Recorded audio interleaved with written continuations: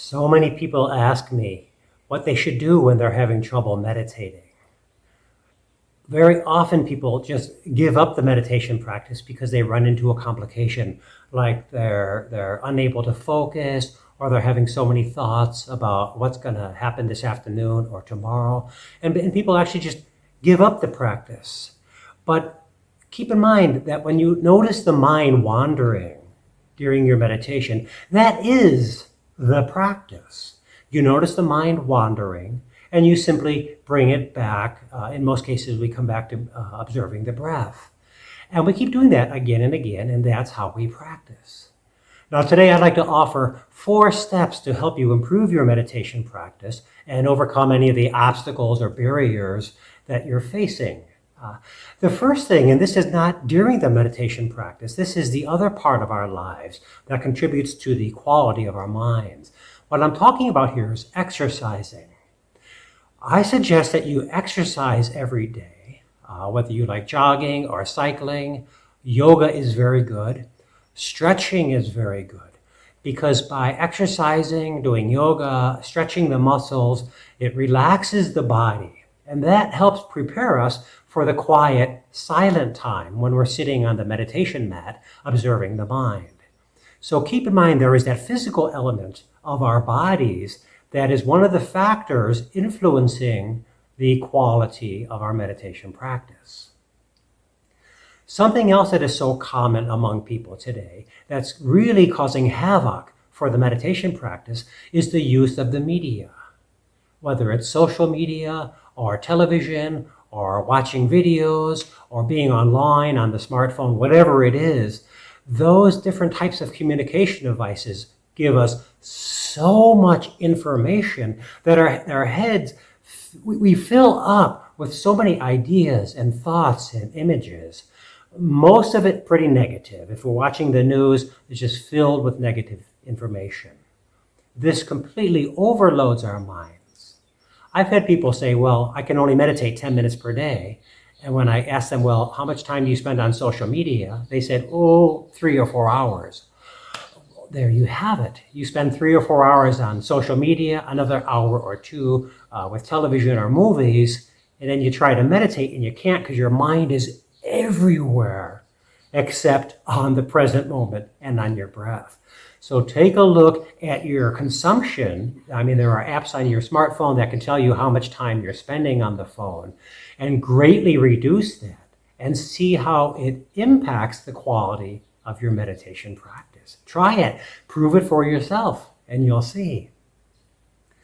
Another aspect that is a very important influence on our meditation practice is our nutrition. Now, this is covered very well in the ancient Hindu texts, where they talk about what is called a sattvic diet, which we might call it the spiritual diet or a calming or a cooling type of diet. And this influences the health of the body as well as the health of the mind. Generally speaking, what sattvic means is to eat mostly alkalinizing foods and to avoid acidic foods. For example, alkaline foods are going to be most of your fruits, your vegetables are going to be very good for you, okay? They are not causing any inflammation in the body.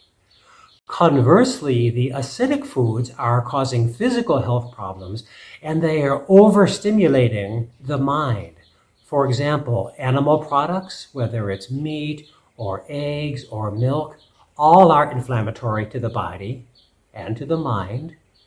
Coffee, tea, white sugars, obviously alcohol and cigarettes are further stimulating and acidifying the body, mind. So look at what you're eating and consuming and make some changes, or make some big changes, and see how that influences the quality of your health and of your meditation practice. Now, those are the first 3 steps that get you prepared in terms of lifestyle. While you're sitting, let's say you're doing what's called anapanasati, which is observation of the breath. Breathing in, breathing out. Most people will practice in this method or something similar to it. This is a very good practice. But people often come with an expectation that by observing the breath, the mind will go completely silent. Obviously, that is not the case. That if you're watching this video, you've noticed, hey, my mind is not very silent at all. It's actually very, very noisy and chatting constantly. Bring your attention to those thoughts. Acknowledge, okay, I'm thinking about tomorrow's meeting, or I have a project tomorrow, or I'm traveling next week and I have to plan. Acknowledge that you're thinking about it. And then bring your attention to the silence, even if it's just 1 second in between the thought of, I have to travel on Tuesday, I have a meeting on Wednesday. But in between, there's a moment of silence. And let's bring our attention to that silence.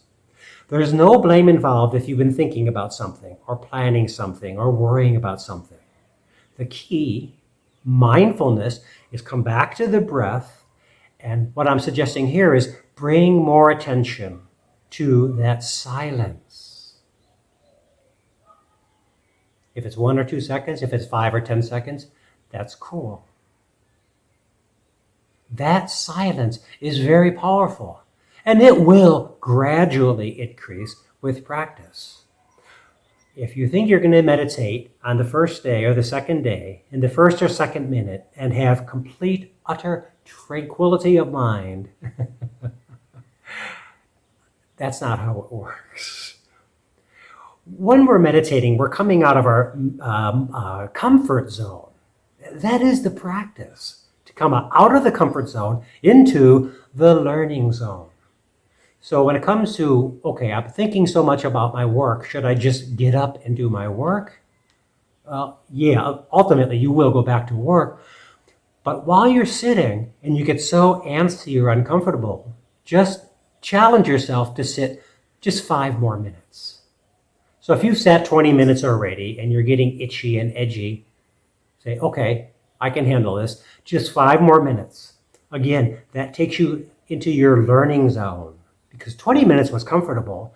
The next 5 minutes is the learning. That's the challenge zone. And that's where we grow.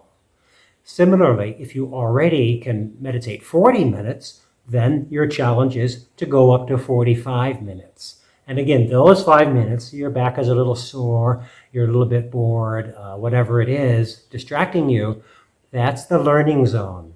And get into that learning zone and find the silence between the thoughts and see how it goes.